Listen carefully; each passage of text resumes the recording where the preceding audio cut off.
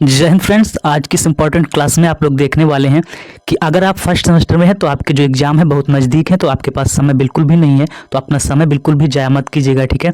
तो यहाँ पे मैं बताने वाला हूँ आपको कि अगर आपकी फर्स्ट सेमेस्टर में जो आपकी सब्जेक्ट है फूड न्यूट्रिशन एंड हाइजीन, ठीक है, कौन सी? फूड न्यूट्रिशन एंड हाइजीन, ठीक है, फूड न्यूट्रिशन एंड हाइजीन, ठीक है। बोले तो खाद्य पोषण एवं स्वच्छता, ठीक है, खाद्य पोषण एवं स्वच्छता।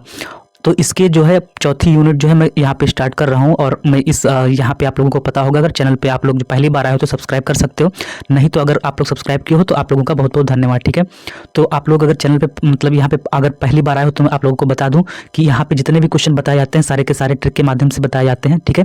तो मैं स्टार्ट करता हूँ कि पहला नंबर क्वेश्चन जो है वो क्या कह रहा है कि यहाँ पे देखिए यूनिट का फोर्थ है आपका, जो यूनिट है कि सामुदायिक स्वास्थ्य की अवधारणा। तो इसमें हेल्थ के बारे में ही सारी चीज़ें होंगी, ठीक है। सामुदायिक स्वास्थ्य के बारे में यहाँ पे सारी चीज़ें बताई जाएंगी, ओके। तो आप लोगों को जो है वीडियो के लास्ट तक बने रहना है, और आप लोग देखिएगा कि आपके जो क्वेश्चन है वो आपको क्लास में ही याद हो जाएंगे। आपको क्लास में याद होते हैं या नहीं होते हैं, अगर क्लास में याद होते हैं तो वीडियो को लाइक कर सकते हो, ठीक है। चैनल पे पहली बार आए हो तो सब्सक्राइब वगैरह कर सकते हो, अपने दोस्तों के साथ भी शेयर कर सकते हो, ठीक। तो यहाँ पे चलिए स्टार्ट करते हैं वीडियो को बिना समय गंवाए, क्योंकि आपके पास समय नहीं है, ठीक।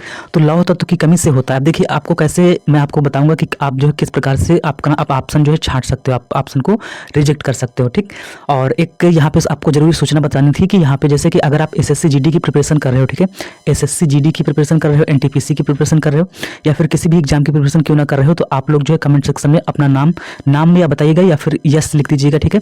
आप लिख दीजिए यस, ठीक है, कि मैं इस एग्जाम की प्रिपरेशन कर रहा हूँ। तो फ्रेंड्स, आप जिस भी एग्जाम की प्रिपरेशन क्यों ना कर रहे हो, आप कमेंट सेक्शन में यस लिख दीजिएगा, ठीक है। और अब उसके आगे जिस एग्जाम की प्रिपरेशन कर रहे हो उस एग्जाम का नेम लिख दीजिएगा, ठीक। तो मैं समझ जाऊंगा किस एग्जाम की प्रिपरेशन कर रहे हो, क्योंकि मैं आप लोगों के लिए बेहतरीन जो है, आप लोगों के लिए व्यवस्था जो है लेकर के आने वाला हूँ, ठीक है। और कंपटीशन के मैदान में उतरने वाला हूँ, तो आप लोग जो है यहाँ पे ज़रूर बताइएगा, ठीक है। तो सबसे पहला क्वेश्चन है आपकी स्क्रीन पे कि लौह तत्व की कमी से होता है। देखिए लौह तत्व का मतलब होता है आयरन, ठीक है। अगर आयरन की कमी हो जाएगी आपके शरीर में तो क्या होगा?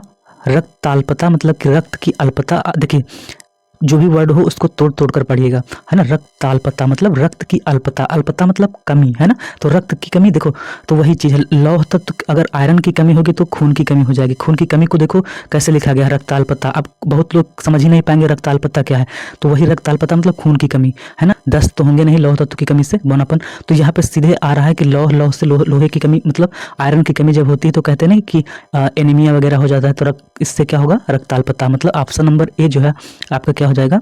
राइट आंसर हो जाएगा, है ना मेरे दोस्त। आपका जो ऑप्शन नंबर ए है, देखिए आपको क्लास में ही याद हो जाएगा। इस विषय में आपको कोई भी चिंता करने की जरूरत नहीं है। इस विषय में आपको बस केवल और केवल क्लास देखनी है, जितने भी वीडियो जो है आपको क्लास देखना है, ठीक है। और बस क्लास में ही आपको याद कराने की गारंटी मेरी है, ठीक।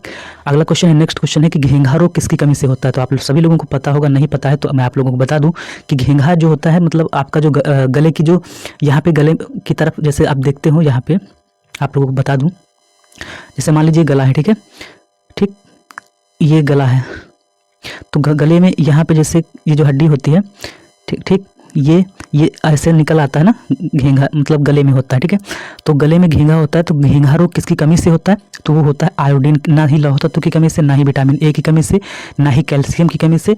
आपको पता होगा कि घेंघा रोग आयोडीन की कमी से होता है। किसकी कमी किससे होता है? आयोडीन की कमी से होता है, ठीक है। तो घेंघा जो है वो आयोडीन की कमी से होता है। मेरी आवाज़ में कुछ आपको जो है कमी नज़र आ रही होगी, क्योंकि मुझे डेंगू है इस समय, जो है मुझे डेंगू है, फिर भी मैं आप लोगों की क्लास ले रहा हूँ, क्योंकि आप लोगों की क्लास इंपॉर्टेंट है और मुझे डेंगू है, वो सही हो जाएगा कुछ दिन में, ठीक।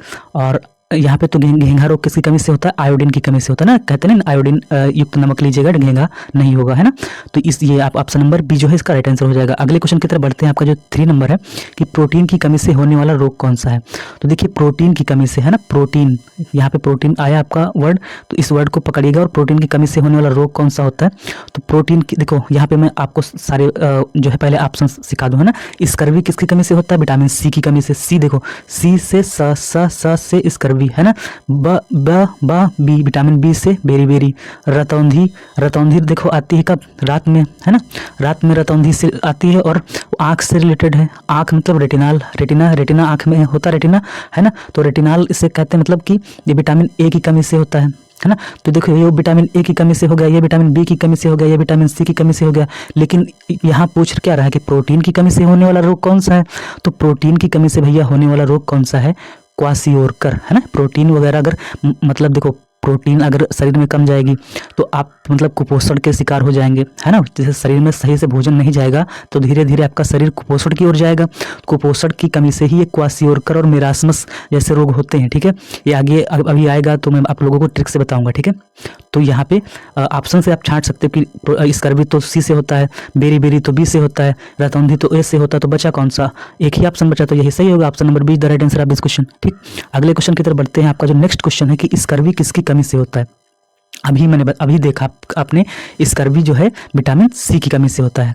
किसकी कमी से होता है, विटामिन सी की कमी से होता है। अब देखो इसको कैसे याद करोगे, यहाँ पे स्कर्वी आ रहा है ना, सा आ रहा है, मतलब आधा सा हो चाहे सा तो आ ही रहा है ना, तो सा से क्या होता है सी, है ना, सा से सी स्कर्वी, है ना। इस प्रकार से याद कर सकते हो, सी से स्कर्वी, इस प्रकार से आपको याद रखना है, ठीक है। फिर अगला है कि रतौंधी जो है किसकी कमी से होता है। अभी मैंने बताया, तो रतौंधी जो है विटामिन ए की कमी से होता है, ठीक है। ऑप्शन नंबर कहाँ पे है, ये देखो vitamin A, option number B. अगले क्वेश्चन की तरफ बढ़ते हैं दोस्त। कुपोषण के कारण होने वाले रोग कौन से हैं। देखो अभी बताया था कि प्रोटीन अगर आपके शरीर में कम जाएगी, प्रोटीन कम ले रहे हो तो आपका शरीर धीरे धीरे क्या होगा, कुपोषण जनित हो जाएगा, है ना। तो कुपोषण हो जाएगा तो देखो कुपोषण के कारण घेंघा तो होगा नहीं, घेंघा है ना, घेंघा आयोडीन के कारण होता है। और ये जो विटामिन डी की कमी से रिकेट्स होता है।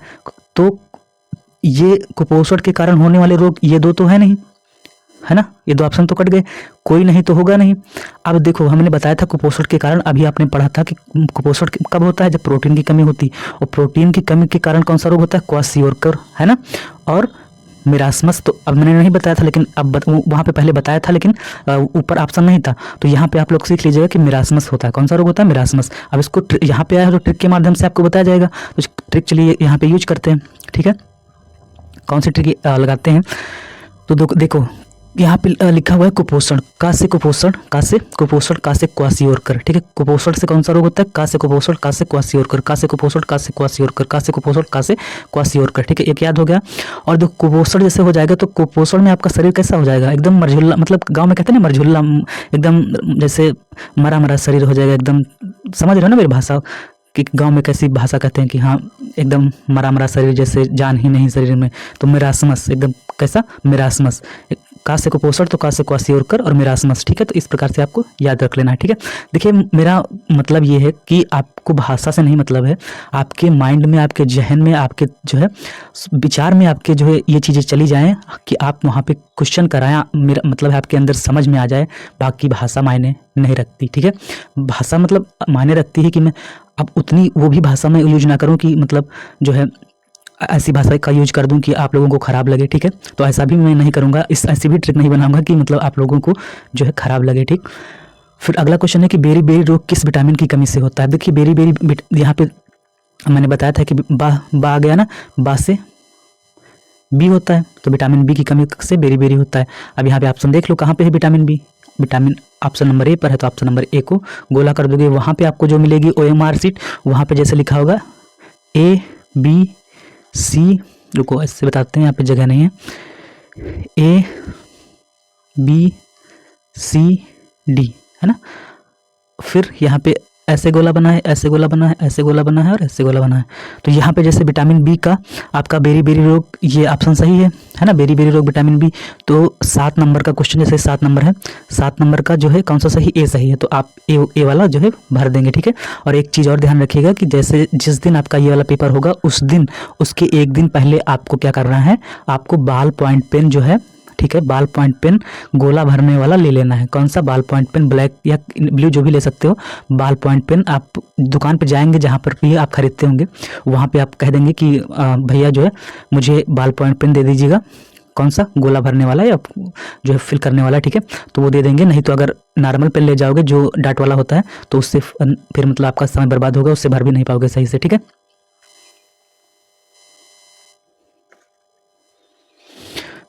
अगला क्वेश्चन है आपकी फ्रेंड स्क्रीन पे।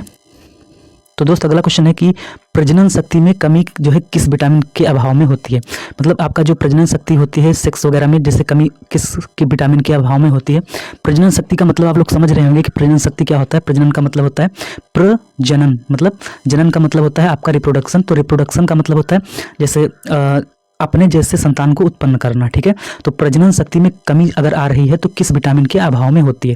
तो अगर आपके अंदर जो है, आपके अंदर नहीं मतलब कोई भी इंसान हो, तो अगर विटामिन ई की कमी है मेरे दोस्त, क्या है, विटामिन ई की कमी है, तो क्या हो जाएगा वहाँ पे प्रजनन शक्ति में कमी दिखाई पड़ेगी, ठीक है। तो ऑप्शन नंबर सी जो है वो हो जाएगा यहाँ पे राइट आंसर, ठीक है। कौन सा? विटामिन सी, ठीक है। तो ये चीज़ हो गई। तो प्रजनन शक्ति का मतलब यही होता है, मतलब जन्म करना, जैसे रिप्रोडक्शन, ठीक है। ये चीज़ हो गया। अगला है क्वेश्चन है कि 9 नंबर का, कि जीवन रक्षक घोल इस अवस्था में दिया जाता है।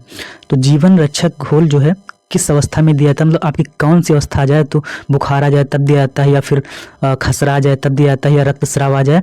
देखिए आप लोग इस क्वेश्चन से थोड़ा सा डिस्टर्ब हुए होंगे, ठीक है, क्योंकि अब लेकिन यहाँ पे प्रजनन शक्ति लिखा हुआ है, ठीक। तो अब हमको लिखा हुआ तो हमको तो बताना ही पड़ेगा सब कुछ। देखिए ये ऐसी चीज़ें होती हैं, मैं आप लोगों को यहाँ पे थोड़ा सा समझाना चाहूँगा, थोड़ी सी चीज़ें कुछ। देखिए है तो हमारे एक प्रकार से कहें अगर, तो हमारे शरीर का ही अंग है, ठीक है। लेकिन बस ये है कि इसके बारे में बातें कम होती हैं, तो इसके बारे में जागरूकता आप लोगों को कम है, ठीक है। जागरूकता कम है तो ये बस यही होता है कि बस बात लोग कम करते हैं। तो बात कम करते हैं तो जैसे ही इसके बारे में बात होती है तो लोग बस मतलब या तो कहते हैं कि ये गलत बात कर रहा है, या फिर जो है कहते मतलब शर्माते हैं, है ना। तो इसके बारे में भी आप लोगों को पता होगा कि जो विदेशों में सेक्स एजुकेशन भी पढ़ाया जाता है, ठीक है। तो मतलब इसके बारे में भी आप लोगों को नॉलेज होना चाहिए, ठीक। तो हालांकि इसमें क्वेश्चन आया तो क्वेश्चन मुझको पढ़ाना पड़ेगा, ठीक है। तो ऐसे नहीं कि मतलब जैसे जिस प्रकार मैं सब क्वेश्चन अच्छे से पढ़ाता हूँ उस प्रकार ये भी क्वेश्चन मुझे पढ़ाना मेरा दायित्व तो है, ठीक है जी। तो यही यहाँ पे अगला क्वेश्चन है कि अगर, तो आप लोग जो है यहाँ पे बताइएगा कि ये क्वेश्चन जो है मैंने बताया तो इसमें मुझे बताना चाहिए था या नहीं। कमेंट सेक्शन में यस लिखना अगर बताना चाहिए था, नहीं बताना चाहिए था तो नो लिखना आप लोग, ठीक है। अगले क्वेश्चन की तरफ पढ़ते हैं कि जीवन रक्षक घोल इस अवस्था में दिया जाता है। तो किस अवस्था में दिया जाता है? तो देखिए अगर आपको निर्जलीकरण हो रहा है, मतलब डिहाइड्रेशन हो रहा है, ठीक है, तो जीवन रक्षक घोल आपको दिया जाएगा, ठीक है। ऑप्शन नंबर ए। अगले क्वेश्चन की तरफ बढ़ते हैं। आपका नेक्स्ट क्वेश्चन है कि किस बिंदु पर रक्तचाप को उच्च कहा जाता है। अब देखिए रक्तचाप क्या होता है? ब्लड प्रेशर होता है, ठीक है। ब्लड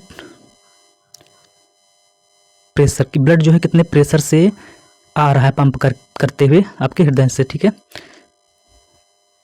ये देखो PRESSURE लिखा हुआ है, ठीक है, बनता नहीं लिखते हुए, ठीक है। ब्लड प्रेशर लिखा हुआ, रक्तचाप। अब रक्तचाप देखिए आपका नॉर्मल कितना होता है, तो एक होता है सिस्टोलिक, एक होता है डायस्टोलिक, ठीक है। तो 120/80 होता है। कितना होता है? 120/80, ठीक है। ये नॉर्मल होता है। तो ये उच्च कहा जाता है, मतलब किसको उच्च? मतलब हाई ब्लड प्रेशर। तो ये तो नॉर्मल है तो ये तो होगा नहीं ऑप्शन, ठीक है। और ये देखो ये 120 से कम है तो ये लो ब्लड प्रेशर है। दो ऑप्शन मैंने काट दिया है ना, या तो ये होगा या तो ये होगा। 150/90, 130/90 है, यहाँ पे 150/90 है। तो 120 से थोड़ा बढ़ा है, 150/90 तो ज़्यादा। यहाँ पे लिखा किस बिंदु पर रक्तचाप को उच्च कहा जाता है। तो अब यहाँ पे आपका ऑप्शन सही हो जाएगा। देखो अगर ये कहा जाता है कि सबसे उच्च, तो ये ऑप्शन सही हो जाता है। यहाँ पे उच्च ये भी है, उच्च ये भी है, तो क्वेश्चन भी सही से नहीं पूछा गया है। तो अगर यहाँ पे ऑप्शन जो दिया गया है आपका वह है सी, लेकिन उच्च आप यहाँ पे अगर इन हिसाब से देखा जाए तो उच्च ये भी है 150/90, ये भी हाई ब्लड प्रेशर है, और है ना ये भी हाई ब्लड प्रेशर है। तो इनमें से आपका ऑप्शन जो है वो सी दिया गया है, ठीक है। तो ऑप्शन नंबर सी जो है इसका राइट आंसर होगा। देखिए 120 से जो है 10 बढ़ा हुआ है तो ये हाई ब्लड प्रेशर, लेकिन आजकल लोग जो इतना हाई ब्लड प्रेशर अगर रहेगा तो हाई ब्लड प्रेशर नहीं मानते हैं, ठीक है। उच्च ब्लड प्रेशर अब 150/90 जैसे ये हमारे हिसाब से तो ये होना चाहिए था, ठीक है।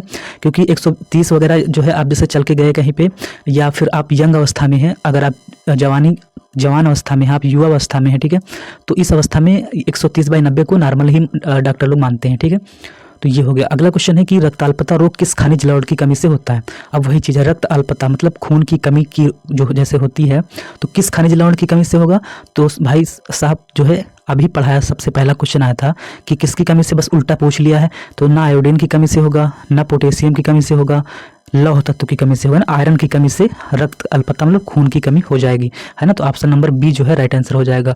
अगले क्वेश्चन की तरफ बढ़ते हैं। आपका जो नेक्स्ट क्वेश्चन है कि शरीर की रोगों से संघर्ष करने की, मतलब शरीर जो है देखिए बॉडी क्या होता है, जैसे आपके अंदर कोई वायरस वगैरह जैसे आने वाला होता है तो शरीर क्या करता है, शरीर की जो एंटीबॉडी या ये होता है एंटीजन एंटीबॉडी, ये सब लड़ने के लिए तैयार हो जाती है ना, लड़ने के लिए तैयार हो जाती है। मतलब उससे कहते हैं रोग प्रतिरोधक क्षमता, कि आपके अंदर रोग से प्रतिरोध, मतलब इससे प्रतिरोध क्या होता है, आप फिजिक्स वगैरह में पढ़े होंगे कि प्रतिरोध और ये सब चीज़ें पढ़े होंगे, है ना, कि जो धारा के मार्ग में जो अवरोध उत्पन्न होता है वही प्रतिरोध कहलाता है। जैसे मान लीजिए यहाँ पे धारा जा रही, धारा का मतलब करंट जा रहा है, करंट के मार्ग में जो भी अवरोध उत्पन्न हुआ, मान लीजिए ये बीच में आया है ना, तो ये क्या है, ये प्रतिरोध है। ठीक है, करंट यहाँ पे बह रहा है, करंट का मतलब धारा बह रही, तो ये बीच में रोक लिया इसने, है ना, जैसे पानी बह रहा नदी में या नहर में पानी बह रहा है, तो यहाँ पे बांध आपने लगा दिया, तो यही क्या है, प्रतिरोध है प्रतिरोध। तो वही रोग को प्रतिरोध का मतलब रोकने की क्षमता का मतलब इफिशियंसी, है ना। तो रोगों से लड़ने की जो क्षमता आपके शरीर में होती है, तो वही चीज़ है कि शरीर की रोगों से संघर्ष करने की, मतलब संघर्ष का मतलब आपके अंदर जो है स्ट्रगल करने की या लड़ने की शक्ति को क्या कहते हैं, तो रोग प्रतिरोधक क्षमता कहते हैं। क्या कहते हैं, रोग प्रतिरोधक क्षमता, है ना। तो ये आपका ऑप्शन सही हो जाएगा, ऑप्शन नंबर बी। बाकी ना आपका होगा निसंक्रमण, ना होगा आपका उद्भवन अवधि, ये दोनों नहीं होंगे, ये तो होगा ही नहीं। आपका ऑप्शन नंबर बी जो है सही हो जाएगा। अगर आपको जो क्वेश्चन समझ में आ रहे हो तो आप जो है यहाँ पे वीडियो को लाइक कर सकते हैं, चैनल पे पहली बार आए हो तो चैनल को सब्सक्राइब भी कर सकते हो। ठीक है, अगर समझ में आ रहा हो तो, नहीं समझ में आ रहा हो तो कोई दिक्कत की बात नहीं है। ठीक है, अगले क्वेश्चन की तरफ बढ़ते हैं। अगला क्वेश्चन है कि निम्न सोडियम युक्त आहार दिया जाता है। अब देखिए निम्न का मतलब क्या होता है, निम्न का मतलब होता है कम।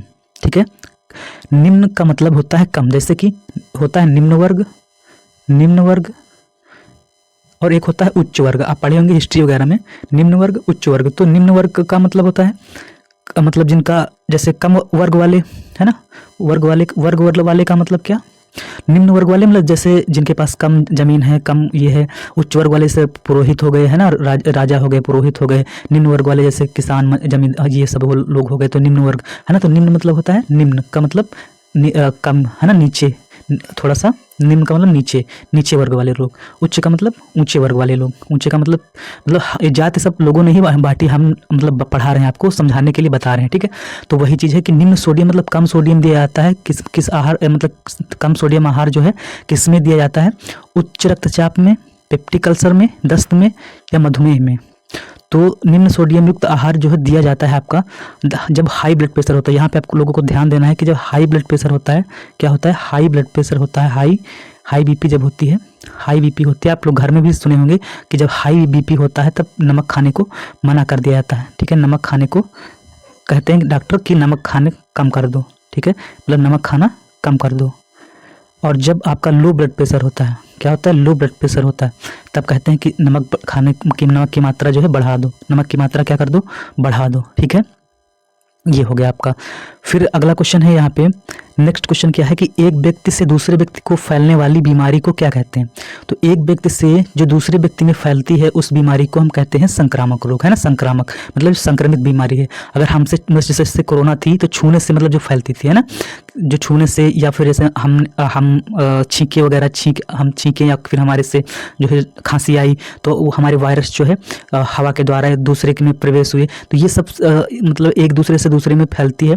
और जैसे कैंसर हुआ तो कैंसर वाला व्यक्ति, अब जैसे हमको छू ले तो हमको कैंसर तो होगा नहीं, तो ये मतलब कुछ संक्रामक बीमारी होती है, कुछ गैर संक्रामक होती हैं। तो किसी कैंसर हो गया गैर संक्रामक, है ना। तो इस प्रकार से मतलब कहने का मतलब है कि एक व्यक्ति से दूसरे व्यक्ति को फैलने वाली जो बीमारी होती है वो संक्रामक होती है। अगर फैल गई तो संक्रामक, ना फैली तो गैर संक्रामक। ठीक है, इस प्रकार से आपको याद रखना है।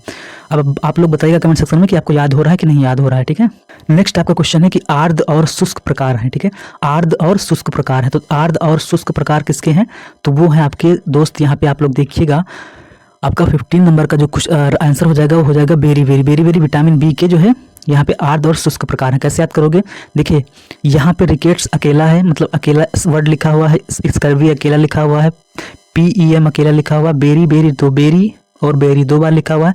तो यहाँ पे आर्द्र और शुष्क भी दो वर्ड हैं। तो इस प्रकार से याद कर सकते हो, बेरी है ना, आर्द्र और शुष्क, बेरी मतलब आर्द्र भी है, शुष्क 2 वर्ड यहाँ पे हैं। ठीक है, मेरे कहने का मतलब समझ पा रहे हो कि नहीं समझ पा रहे हो। देखो यहाँ पे बेरी है, यहाँ पे आर्द्र है, शुष्क है, और बाकी सब में एक ही वर्ड है। तो ऑप्शन कौन सा सही हो जाएगा, ऑप्शन नंबर बी। ठीक, अगले क्वेश्चन को देखते हैं। यहाँ पे देखिए, इस क्वेश्चन को ध्यान से देखिएगा, इसमें मजा आने वाला है आपको थोड़ा सा।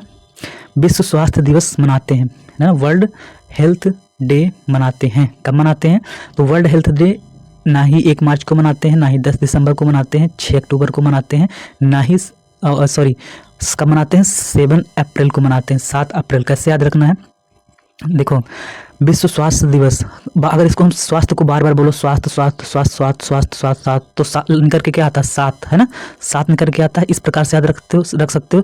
या 7 वंडर, मतलब 7 चीज़ें जो है आश्चर्य वाली चीज़ें, जो 7 वंडर देखिएगा आप लोग, जो जिसमें ताजमहल भी आता है ना, तो 7 वंडर विश्व के जो है 7 आश्चर्यजनक वाली चीज़ें जो है ना, विश्व की जो 7 आश्चर्य वाली चीज़ें जो है वो। और इससे अब महीना कैसे याद करोगे? तो देखो इसके लिए मैं आपको एक यहाँ पे सॉन्ग सुनाता हूँ, उससे आपको याद हो जाएगा, ठीक है। हो रहना तू पल पल दिल के पास, जुड़ी रहे तुझसे हर एक सांस। हो रहना तू पल पल दिल के पास, जुड़ी रहे तुझसे हर एक सांस। हो रहना तू पल पल दिल के पास, हो रहना तू पल पल दिल के पास, जुड़ी रहे तुझसे हर एक सांस। और जुड़ी रहे तुझसे हर एक सांस। सीने से तेरे सर को लगा के सुनता मैं रहूं नाम अपना, ओ नाम अपना। और रहना तू पल पल दिल के पास। अब देखो ये अब मैंने सॉन्ग सुना है, इसका मतलब क्या है? देखो रहना तू पल पल दिल के पास, देखो यहाँ पे क्या आ रहा है? पल, है ना। देखो अप्रैल में पल पल पल पल, और जैसे पल पल दिल के, जैसे आपकी कोई मान लीजिए यहाँ पे पल पल दिल के पास अगर कोई रहेगा आपके, समझ पा रहे हो कौन रहेगा, ठीक है। तो पल पल अगर दिल के पास रहेगा तो आपका स्वास्थ्य क्या हो जाएगा भाई? अच्छा होता चला जाएगा, है ना। ठीक, कुछ दिन बाद खराब हो जाएगा, वो जानते होंगे कि कुछ दिन बाद खराब हो जाएगा, लेकिन आप लोग तो यही चाहते हो ना कि रहना तू दिल पल पल दिल के पास, हो रहना तू पल पल दिल के पास। आप लोग तो यही सोचते हो ना, तो वही आप लोगों के लिए हिसाब से, मतलब कि पल पल दिल के पास, तो आप लोगों का स्वास्थ्य जो है अच्छा होता चला जाएगा। बट ऐसा होता नहीं, दैट्स इट। तो यहाँ पे ट्रिक मैंने आप लोगों को, तो फ्रेंड्स यहाँ पे मैंने क्या बताया, एक ट्रिक क्या बताया आप लोगों को कि अगर स्वास्थ्य को आप बार बार बोलोगे स्वास्थ्य स्वास्थ्य स्वास्थ्य स्वास्थ्य स्वास्थ्य, मतलब तो 7 निकल के आएगा, ठीक है। या फिर 7 विश्व के 7 आश्चर्य जो आश्चर्यचकित चीज़ें हैं उस, है ना, तो कितनी है वो भी 7 ही हैं, है ना, 7 वंडर। तो वो चीज़ें 7 आप याद कर लीजिएगा, बाकी पल पल दिल के पास रहोगे तो स्वास्थ्य क्या हो जाएगा? सही हो जाएगा, है ना। इस प्रकार से याद कर सकते हो। बाकी अपनी कोई ट्रिक हो तो आप लोग बताइएगा, ठीक है। अब यहाँ पे देखो, इसमें अगला क्वेश्चन है कि एक स्वस्थ सामान्य व्यक्ति के शरीर का तापमान कितना होता है? मतलब स्वस्थ व्यक्ति हो और सामान्य नॉर्मल व्यक्ति हो, ठीक है। स्वस्थ होना चाहिए, नॉर्मल व्यक्ति होना चाहिए, ये नहीं कि एब नॉर्मल व्यक्ति हो। एब नॉर्मल का मतलब ये नहीं कि मतलब उसको, जैसे कि बहुत लोग देखते हो ना, एब नॉर्मल व्यक्ति होते हैं, मतलब लंबाई उनकी, जैसे कि लंबाई और वजन जो है, लंबाई के हिसाब से वजन देखो कितना बहुत ज़्यादा होता है, तो एब नॉर्मल में आते हैं, ठीक है। व्यक्ति के शरीर का तापमान कितना होता है? तो देखो होता है आपका 90, यहाँ पे ना ये होता है 97.24, ना होता है 99.44, ना होता है 98.44, ना होता है 98.88। आप कहोगे सर इसमें कुछ भी नहीं होता, तो हम कौन सा ऑप्शन लगाएंगे? हालांकि आपकी जो मतलब सीरीज है या बुक है, जो भी है, उसमें आपका दिया गया है बी, ऑप्शन नंबर बी, ठीक है। बट मैं आपको प्रूफ करके दिखाऊंगा कि ऑप्शन नंबर बी गलत है, ठीक है। तो आप अगर आपने मतलब ये वहाँ भी, जैसे आप एग्जाम देने गए तो वहाँ भी अगर यही 4 ऑप्शन आएंगे तो आपको क्या करना है? यही 4 ऑप्शन, देखिए ये क्वेश्चन इंपॉर्टेंट है। अगर यही 4 ऑप्शन आएंगे तो आपको यही लगाना पड़ेगा 98.44, क्योंकि ये आपकी जो है सीरीज में है ऐसे, ठीक है, 98.44। लेकिन 98 पॉइंट होता कितना है? 98.6 फ़ारेनहाइट में। एफ अगर दिया गया है, एफ को हम कहते हैं फ़ारेनहाइट, सी होता है डिग्री, तो सी को डिग्री सेल्सियस कहते हैं, ठीक है। तो ये हो गया। तो इस प्रकार से 98 कितना होता है? 98.6। मैं निकाल के दिखा दूं तो देखो, थोड़ा सा मुझको ज़रूरत पड़ेगा सादे पेज की, तो इधर लेते हैं। देखो आप फार्मूला पढ़े होंगे, एक C/5 बराबर F-32 बटे C/5 बराबर F-32/9 बराबर K-273/5, है ना, बराबर होता है K-273/5। ये अब हमको यहाँ K से मतलब नहीं, केल्विन हमको निकालना नहीं, हमको मतलब है इन दोनों से, है ना। आपको पता है कि 37 डिग्री सेल्सियस में मतलब तापमान कितना होता है? तो होता है आपका 37, ठीक है। क्योंकि हमको F में निकालना है तो एक तो पता होना चाहिए, तो C में हमको पता है जैसे कि 37 होता है, तो F में निकालना है, ठीक है। तो चलिए इसको निकालते हैं। तो थोड़ा सा अब यहाँ पे हम करते हैं C/5 था ना, तो C/, इसको लिख लेते हैं, आपके सामने थोड़ा सा हम निकाल के दिखा दे रहे हैं। तो C कितना था, तो यहाँ पे हम लिखते हैं, तो आपका C जैसे 37 था, तो 37 बटे C 37 होता है, ठीक है। C 37 होता है, मतलब जो सेल्सियस में होता है वो 37 डिग्री सेल्सियस होता है। C/5 मतलब 37/5 बराबर F-32 था, तो F-32 लिख देते हैं, और बटे कितना 9, ठीक। अब देखो क्रॉस मल्टीप्लिकेशन कर देंगे, मतलब कैंची गुणा कर देंगे, तो 9 को 37 से गुणा करोगे तो 9 7 63, हासिल है 6, मतलब आपके कैरी बचा 6, 9 3 27, 27 6 33, 333 हो जाएगा, और बट्टे नीचे आपका हो जाएगा आप सीधे भाग कर देंगे, या फिर नीचे 5 से ऐसे कर दो, बटे 5 ये वाला, फिर इधर F-32 कर दो, ठीक। आप अपने हिसाब से कर सकते हो, या इसको गुणा कर दो 5F-5 से, फिर ऐसा करोगे जैसे मैं बता रहा हूँ उस हिसाब से सरल हो जाएगा। अब 5 को 333 से भाग कर दो, ठीक है। तो 5 से करोगे तो 5 छक्का 30, 3 बचा, 5 छक्का 30, 66.6 आ जाएगा, ठीक है। और फिर बराबर, उधर जगह नहीं तो इधर लिख रहा हूँ, बराबर F-32, F-32। अब देखो F इधर ही रखे रहो, F को इधर ही रखे रहो, और ये -32 है, इसको इधर ले आओ, तो 66.6, और ये -32 को इधर लाओगे तो +32 में हो जाएगा, +32 है ना। जगह नहीं है तो आपको शायद थोड़ा कम समझ में आए, तो 66.6 + 32, अब इसको ऐड कर दो, तो 66 यहाँ पे मैं थोड़ी सी जगह ले रहा हूँ, 66.6 और यहाँ पे 32 है ना। इसको ऐड करेंगे, पॉइंट के बाद कुछ नहीं, 0 लगा देंगे, ये 0 है, ये भाई 6 है, ठीक है। उंगली से लिख रहा हूँ इसलिए यहाँ पे। अब देखो 6 में 0 ऐड करोगे तो क्या आएगा, 6 आएगा, 6 में 0 ऐड करोगे क्या आएगा, 6 आएगा, 6 में 0 ऐड करोगे क्या आएगा, 6 आएगा, ठीक है। 6 में 0 ऐड करोगे क्या आएगा, यहाँ पे 6 आएगा, ठीक। और फिर 6 और 2 ये 8 हो जाएगा, पॉइंट लगेगा है ना, ये वाला पॉइंट जो है पॉइंट लगेगा, फिर 8 हो जाएगा, फिर 6 3 9, ये वाला 6 3 9, तो ये हो जाएगा 9, मतलब 98.6,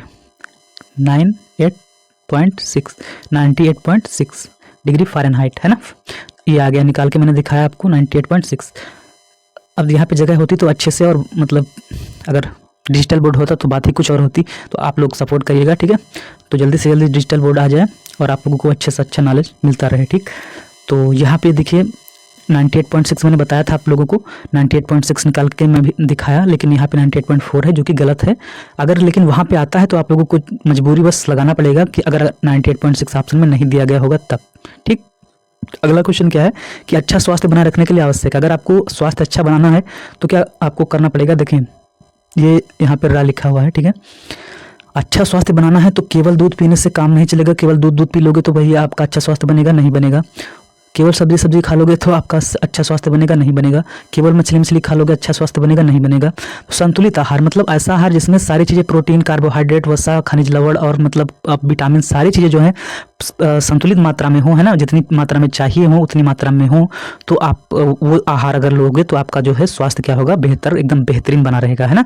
तो इस मेन चीज़ क्या होता है, स्वास्थ्य ही जरूरी होता है। अगर आपके अंदर मतलब लाइफ में स्वास्थ्य नहीं है तो फिर आप कुछ भी करो कोई मतलब का नहीं, आपके पास कितना भी पैसा हो, कुछ भी हो, अगर आपका स्वास्थ्य ही सही नहीं है तो पैसा आपके लिए बेकार है, ठीक है। नेक्स्ट क्वेश्चन है फ्रेंड्स कि शरीर के ऊतकों के मरम्मत का कार्य होता है। शरीर के जो ऊतक होते हैं, जो टिश्यू होते हैं, है ना, उनके मरम्मत का या मेंटेनेंस का कार्य होता है। तो देखिए एंजाइम ना करता है, ना कार्बोहाइड्रेट करता है, कार्बोहाइड्रेट ऊर्जा प्रदान करता है आपको पता होगा, है ना ही खनिज करता है, कौन करता है, प्रोटीन। तो फ्रेंड्स प्रोटीन क्या करती है, जैसे कि आप प्रोटीन जैसे कि कंज्यूम करते हो, प्रोटीन का जैसे ही आप ग्रहण करते हो, प्रोटीन क्या करती है, जितने शरीर के ऊतक होते हैं, टिश्यू होते हैं, आप अगर हार्ड वर्क करते हो तो टिश्यू जो होते हैं वो मतलब ब्रेक होते हैं, ठीक है, टूटते हैं, तो उनका मेंटेनेंस का कार्य कौन करता है, वो जो है प्रोटीन करती है, ठीक है। तो प्रोटीन इंपॉर्टेंट होती है आपके बॉडी के लिए, तो प्रोटीन ग्रहण करना जरूरी होता है, ठीक है। इसीलिए कहते हैं बैलेंस डाइट लेनी चाहिए, मतलब संतुलित आहार जो है लेना चाहिए, आहार है, ठीक है। तो ये हो गया। अगला क्वेश्चन है, नेक्स्ट क्वेश्चन है आपकी स्क्रीन पे कि मानव शरीर में वसा जमा होती है। सेकंड लास्ट क्वेश्चन है आपकी वीडियो का। तो मानव शरीर में वसा मतलब फैट होता है, ठीक है, फैट जमा होता है कहाँ पे, तो देखिए वसा जमा होगा वसा ऊतक में, है ना, सिंपल सा क्वेश्चन है। अगला क्वेश्चन है कि FAO का पूरा नाम। अब देखो अगर हमको नहीं पता तो वहाँ पे मैं तुक्का कैसे लगाऊंगा। देखो फ्रूट एंड एग्रीकल्चर ऑर्गेनाइजेशन, ये थोड़ा सही नहीं लग रहा, क्या होगा, देखो ओ से तो ऑर्गेनाइजेशन होगा लास्ट में, है ना, ऑर्गेनाइजेशन होगा, ये बात सही है, ऑर्गेनाइजेशन होगा, तीनों में ऑर्गेनाइजेशन है। उपरोक्त में से कोई नहीं तो ये तो हो नहीं सकता। ऑर्गेनाइजेशन इसमें से तीनों में से होगा तो कोई एक तो होगा। चलिए एक ऑप्शन छट गया, FAO। अब भाई साहब देखते हैं यहाँ पे कि F जो है यहाँ पे भी फ्रूट है ना, फ्रूट एंड एंटीबायोटिक, ये तो हो नहीं सकता। एंटीबायोटिक तो मतलब एंटीबायोटिक ऑर्गेनाइजेशन तो हो नहीं सकता। फ्रूट एंड एग्रीकल्चर ये होगा, या तो फिर फूड एंड एग्रीकल्चर। तो यहाँ पे फ्रूट से मतलब है नहीं तो फूड होना चाहिए ना, फूड एंड एग्रीकल्चर ऑर्गेनाइजेशन, तो मतलब खाद्य है ना, खाद्य और कृषि संस्थान ये होता है, आपने सुना भी होगा खाद्य एवं कृषि संस्थान FAO। तो ये हो गया, मतलब इसको हम इस प्रकार से थोड़ा बहुत अपना माइंड का यूज करेंगे, सेंस का यूज करेंगे, इस प्रकार से लगाएंगे। तो कौन सा मतलब आपका क्वेश्चन सही हुआ, ऑप्शन सही हुआ। तो ये हो गया food and agriculture organisation. Option number B is the right answer of this question. उम्मीद करता हूं कि आपको जो है आज के क्वेश्चन समझ में आए होंगे। अगर क्वेश्चन समझ में आए हो तो आप जो है वीडियो को लाइक कर सकते हैं, अपने दोस्तों के साथ शेयर कर सकते हैं, जिससे कि वो भी इस वीडियो का लाभ उठा सके। कैसा लगा हो वो कमेंट सेक्शन में आप लोग कमेंट कर सकते हैं। बाकी मैंने जो बताया था स्टार्टिंग में कि SSC GD और किस एग्जाम की प्रिपरेशन कर रहे हो तो वो आप लोग जो है बता दीजिएगा, ठीक है। तो आज की वीडियो में इतना ही, और कोई भी जो है कमेंट हो, मतलब कोई चैनल से रिलेटेड कोई भी दिक्कत हो, कोई भी परेशानी हो, कोई भी प्रॉब्लम हो तो आप बता सकते हो, ठीक। तो आज की वीडियो में इतना ही। जय हिंद, जय भारत।